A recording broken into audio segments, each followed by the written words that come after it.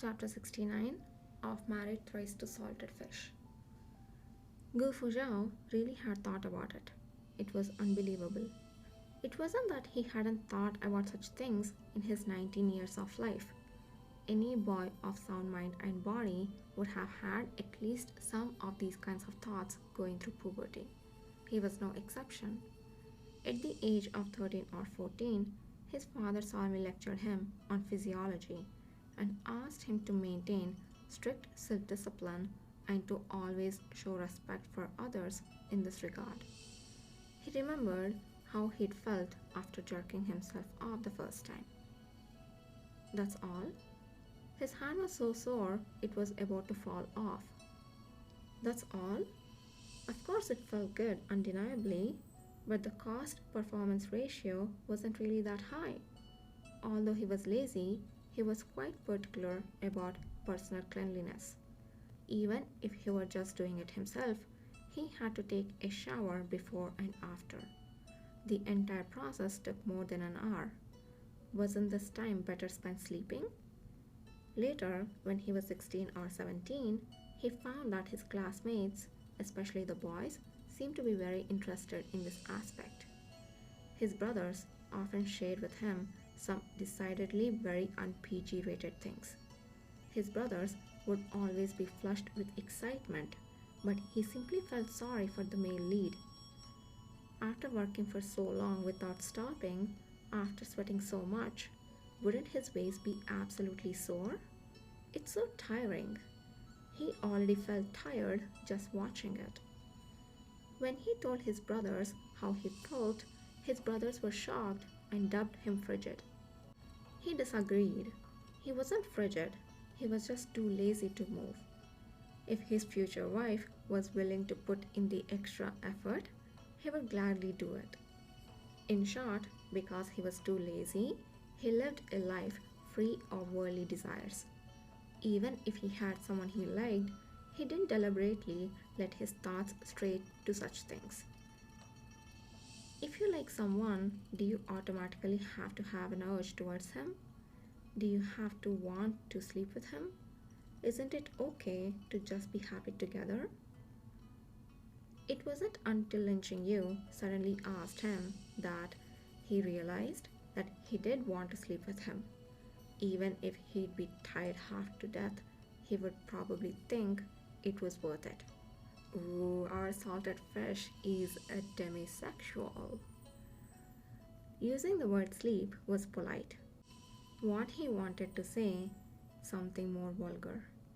He wanted to dirty Lin Chingyu, leave all kinds of marks on Lin Chingyu's body, let him be contaminated with his own scent. He even wanted to say some unsavory dirty talk into his ear. If it wasn't for Lin Chingyu's use of the word dirty, he wouldn't have realized that he actually had such a fetish. After understanding his own intentions, Gu Fuzhao suddenly found himself so greasy and wretched. Oh, why did he have to have such a side to him? If he starts to lust after Lin Chingyu's body, then what was the difference between him and the likes of the Emperor and Shao Chang? Shocked into sitting from his deathbed, he realized, I'm actually the Shao thief. No, Lin Chingyu was originally his wife. What was wrong with him lusting after his own wife? Those who lusted after his wife were the Shao thieves.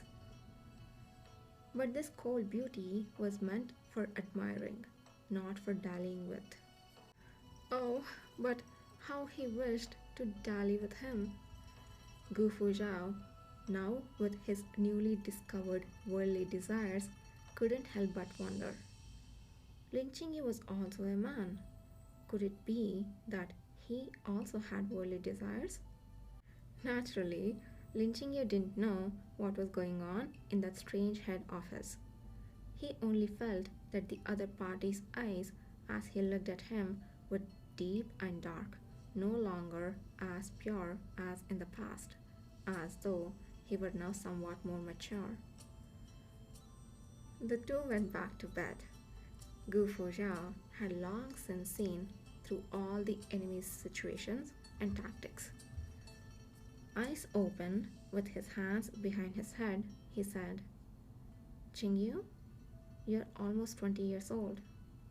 Mm, this is the time when you're full of animal spirit. How come I have never seen you? Do you understand what I mean? Gu Fuzhao felt that he had already said it very clearly. With Lin Qingyu's intelligence, it was impossible he wouldn't understand. Lin Qingyu said, I don't understand. Come on, you must understand, Gu Fuzhao teased. Or do you also have no interest at all in this matter? I certainly do not have any interest, but why would you use also? All of Gu Fuzhao's attention was on the first half of Lin Qingyu's statement. It can't be. You're not lazy. Why aren't you interested at all? Lin Qingyu thought for a while and said, Probably because I have seen a lot and touched a lot. He had lost count of how many men's bodies he had seen, of women's bodies as well. He wasn't proficient in gynecology but dabbled in it regardless. When he had been traveling with his mentor, he had delivered babies for pregnant women. As far as he could remember, he never seemed to have had any special reaction to touching someone's body. It seemed that only Gu Fuzhao's body had made him feel that ruined hand feel, making him flustered when he touched that key part. Gu Fuzhao choked and said, Studying medicine is really scary. Gu Fuzhao slept late and getting up the next morning was a disaster. Lin Qingyu dragged Gu Fuzhao up from the bed, asked Hua Lu to bring breakfast, and watched as he begrudgingly ate his porridge. Qingyu, when do I get to rest? Officials of the Dayu, except for the New Year, could only rest on the 15th day of each month. Lin Qingyu helped him do the math and said, in 10 days. Oh my gosh, these guys. So they have to go to work? I mean, technically they don't have to be there morning to evening, but still, only 1 day break? Wow, that sounds tough. Gu Fuzhao's handsome face twisted. 10 days? Save me! After Gu Fuzhao got dressed, Lin Qingyu was about to send him out of the mansion when he saw Yan Yan running to report. General, Madam, there is a news from the palace. The Emperor has an unbearable headache and the Crown Princess's wound is acting up. There will be no morning court today. Gu Fuzhao was stunned by the sudden surprise. Save for the night of their second marriage, Lin Qingyu had never seen him so excited. As soon as Yan Yan finished speaking, he disappeared. In the blink of an eye, he reappeared in bed, the quilt swelling once again. Lin Qingyu chuckled lightly. He instructed the servants not to approach the bedroom so as to allow the general to sleep to his heart's content. Not long after the news of the suspension of morning court, there came another messenger from the palace. The emperor's illness was getting worse by the day and the imperial hospital was helpless. The emperor finally couldn't take it anymore and once again summoned Lin Qingyu to the palace. Lin Qingyu examined the emperor's pulse and adjusted the previous prescription. After drinking it for a few days, the emperor's symptoms lessened in intensity. It stood to reason that Lin Qingyu should be rewarded, but his heart was still full of anger. When he thought of how this gentle and submissive beauty in front of him was already married, of how he, as the emperor, still had someone he couldn't possess, it was inevitable that feelings of unwillingness and resentment would grow in his heart. When will this old freaking emperor die? Were he but an ordinary courtier's wife, forcibly seizing him would have been of no matter. Ugh, disgusting pervert. But he was Gu Fuzhao's wife. A few days later, Gu Fuzhao submitted to him a report. From the deployment of troops and horses to the delivery of food and fodder, he had analyzed the battle situation in the northwest in a very thorough manner. After reading it, no matter how unwillingly, the emperor still sent the report to the northwest. The emperor refused to restore Lin Qingyu to his official position, and Lin Qingyu did not take the initiative to mention it. He merely said that he was unsure about the efficacy of some ingredients and he had to go to the Imperial Medical Office to consult their books. The emperor reinstated Lin Qingyu's right to access the Imperial Medical Office. In addition, Lin Qingyu went to the palace every 3 days to examine the emperor's pulse. Except for having no official position or salary, it was no different from the past. Lin Qingyu had never cared about the official position or salary.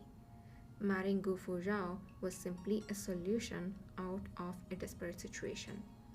If he wanted a safe and secure life with Gu Fuzhao, they still had a lot to do. Gu Fuzhao waited and waited and waited. Finally, it was his once in a month rest day. Lin Qingyu happened to be scheduled for a visit to the palace that day. When Lin Qingyu got up, he made sure to keep his movements light. Then, thinking about it, it seemed there was no need. Gu Fuzhao wasn't the type to be woken up with just a bit of noise after all.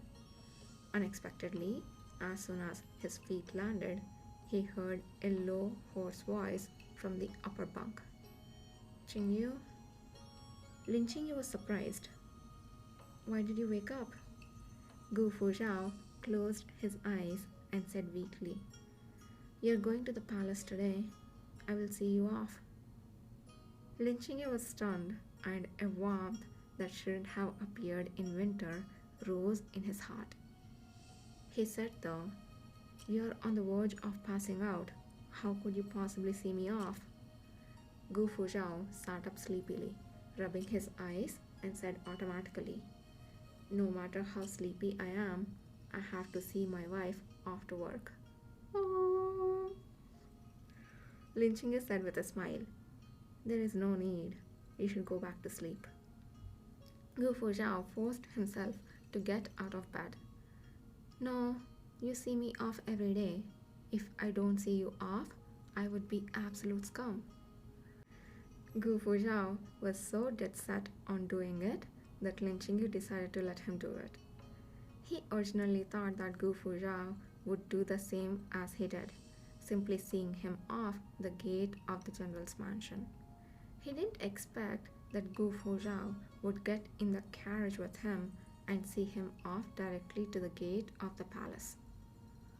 Although Gu Fuzhao had been dozing off against his shoulder in the carriage, not a word exchanged between them, describing this early morning feeling as so touching as to move even heaven and earth would not be an exaggeration.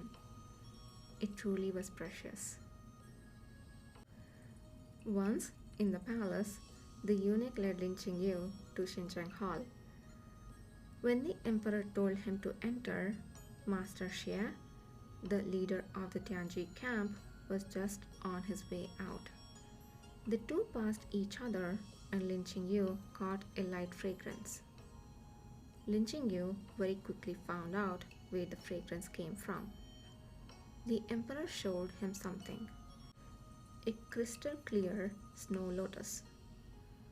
Simply judging from the color of the petals, you could tell it was extraordinary. The emperor said, Have a look. This may be good for my headache. Lin Qingyu took a whiff of the snow lotus's fragrance and asked, Dare I ask your majesty, is this from the northern regions?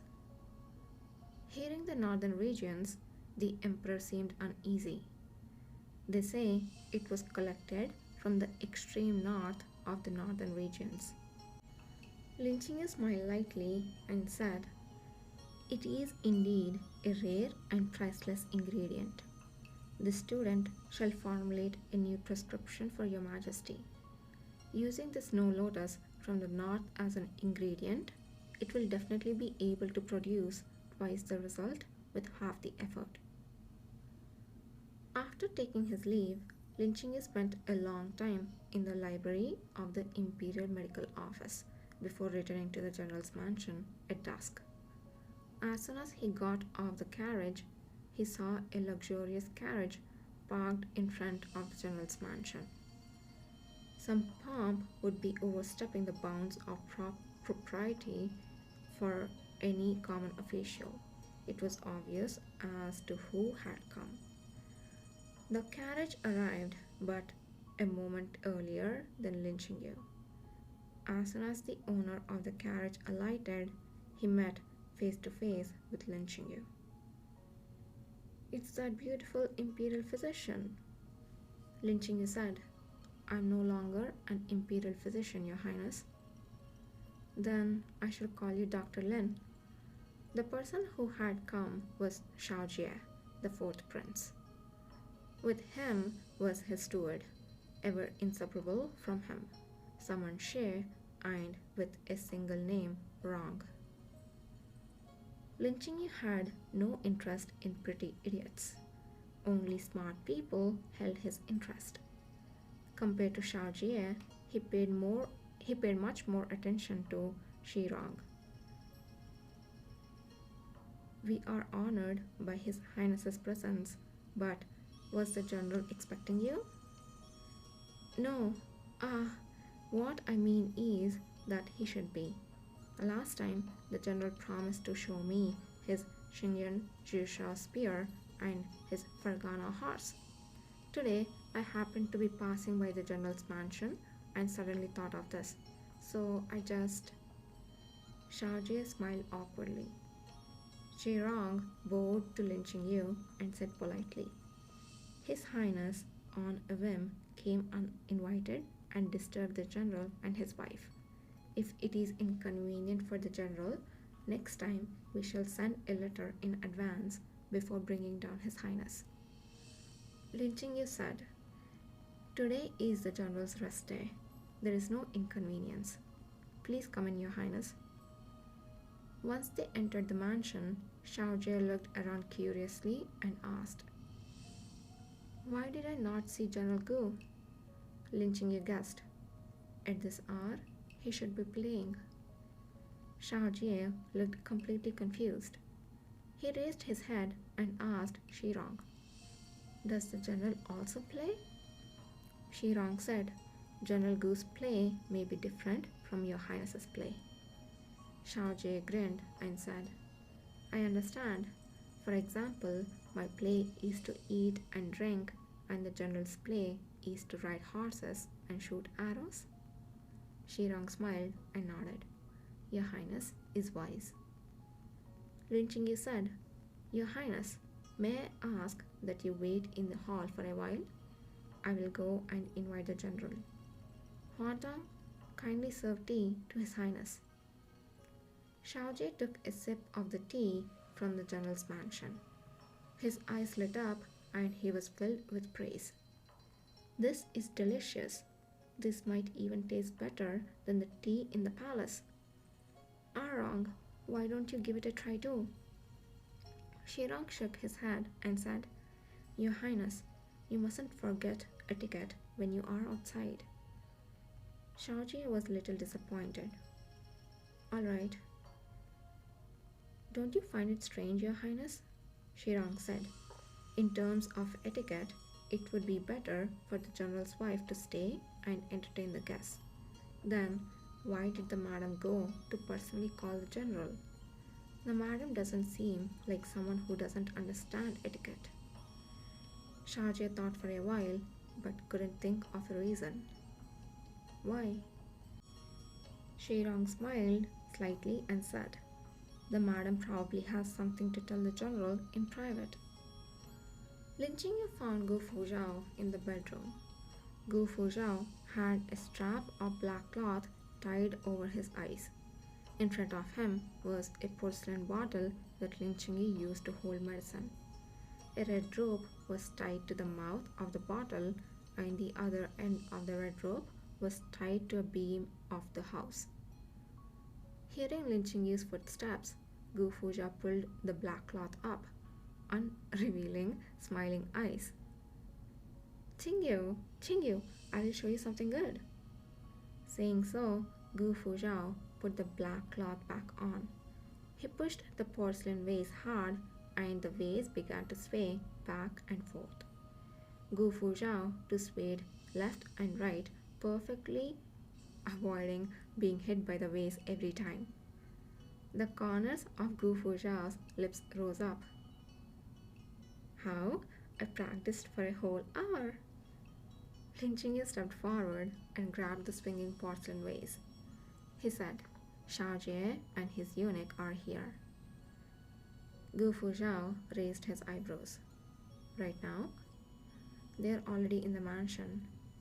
Gu Fuzhao smelled the familiar light scent, and the corners of his lips rose even lighter. He stretched out his hand, pretending to grab the porcelain bottle. Instead, he hugged Lin Chingyu's waist, having achieved what he wished. Lin Jingyu allowed him to hold him.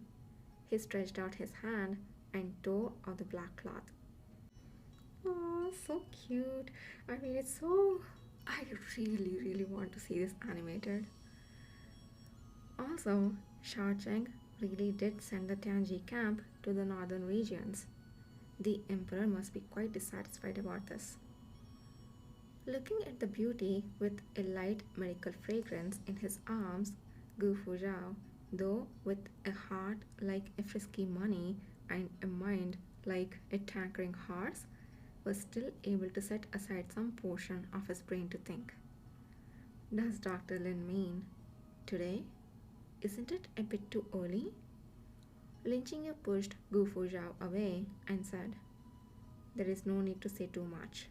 We can just sound him out for now. The two returned to the front hall to meet their guests together. In front of Shao Jie and Shirang, Gu Fuzhao was deep and reserved, sedate and taciturn. Even Shirang could not have imagined that not long ago, General Gu had been in his room practicing how not to be hit on the head by a swinging porcelain bottle. After exchanging greetings, Gu Fuzhao ordered someone to present the Qingyuan Jiaoshe spear. This spear was so heavy that most people couldn't hold it. It took at least 2 grown men to lift it. Shao Jie circled around the Qingyuan Jiaoshe spear a few times, making a few wow sounds. He turned his head and said excitedly at Shirang, Arong, can you feel the murderous spirits from the northwest? Shirang said, The spear is nourished by blood. The general spear possesses a spiritual quality. Shao Jie tried to pick up the Xinjiang Jiaoshe spear, but no matter how hard he tried, he only managed to barely lift it a fraction using both hands. He couldn't help but sigh. This spear is so heavy enough to smash a person to death, but General Gu is able to wield it one-handed to cut down countless enemies. You are truly worthy of being the greatest warrior of the Dayu. In the face of the prince's praise, Gu Fuzhao still cherished words like gold. Your Highness bestows undeserved praise. Having seen enough of the spear, Gu Fuzhao took them to the stable. A fine steed was drinking water with his head down. Feeling the presence of strangers, the horse raised its neck vigilantly and flicked its tail restlessly. This horse was as black as ink, with slender limbs and thick mane, completely different from the ordinary horses seen outside. Only that, due to a long period of inactivity, it was now a lot fatter than when it first arrived in the capital. Shao Jie was amazed and asked, "What's its name?" Lin Qingyu gave Gu Fuzhao a playful look and said, "Shao Bai." Shao Jie looked confused. "But it's black." Oh, let me say what Shao Bai means. Shao means little and Bai means white. So it's kind of like contradictory to have like a black horse name called Little White. So that's why Shao Jie was confused. Gu Fuzhao said solemnly, "Indeed, Your Highness. Would you like to try riding it?" Shao Jie was both startled and delighted. Can I?" Shirong disapproved. "A prized horse is spirited and very loyal to its master, and Your Highness isn't good at riding. I hope Your Highness will reconsider." Gu Fuzhao said, "With me here, nothing will happen." Shao Jie stroked Shao Bai's inky back and his heart was tempted. "There shouldn't be any problem if I just ride it for a walk around, right, Arang?" Shirong sighed helplessly, cupped his hands in salute, and said, "Then, might I trouble the general to stay by his side to look after him?" Gu Fuzhao took Shao Jie to ride the horse, while Lin Qingyu and Shirong stayed to one side and watched. It was not difficult to see that the relationship between Shao Jie and Shirong was by no means an ordinary master-servant relationship. Shao Jie obviously relied heavily on Shirong, consistent with what Gu Fuzhao had said, but Lin Qingye couldn't make out any of Shirong's paranoid side. It could be assumed that he was also quite proficient at hiding his true colors. Lin Qingye said casually, "His Highness is quite innocent and unaffected. When the Crown Prince ascends the throne, being the idle prince of a fief would be quite good for him." Chirang's eyes dimmed slightly, but he also very quickly presented a smile even better than that of a woman's. "What the madam says is true.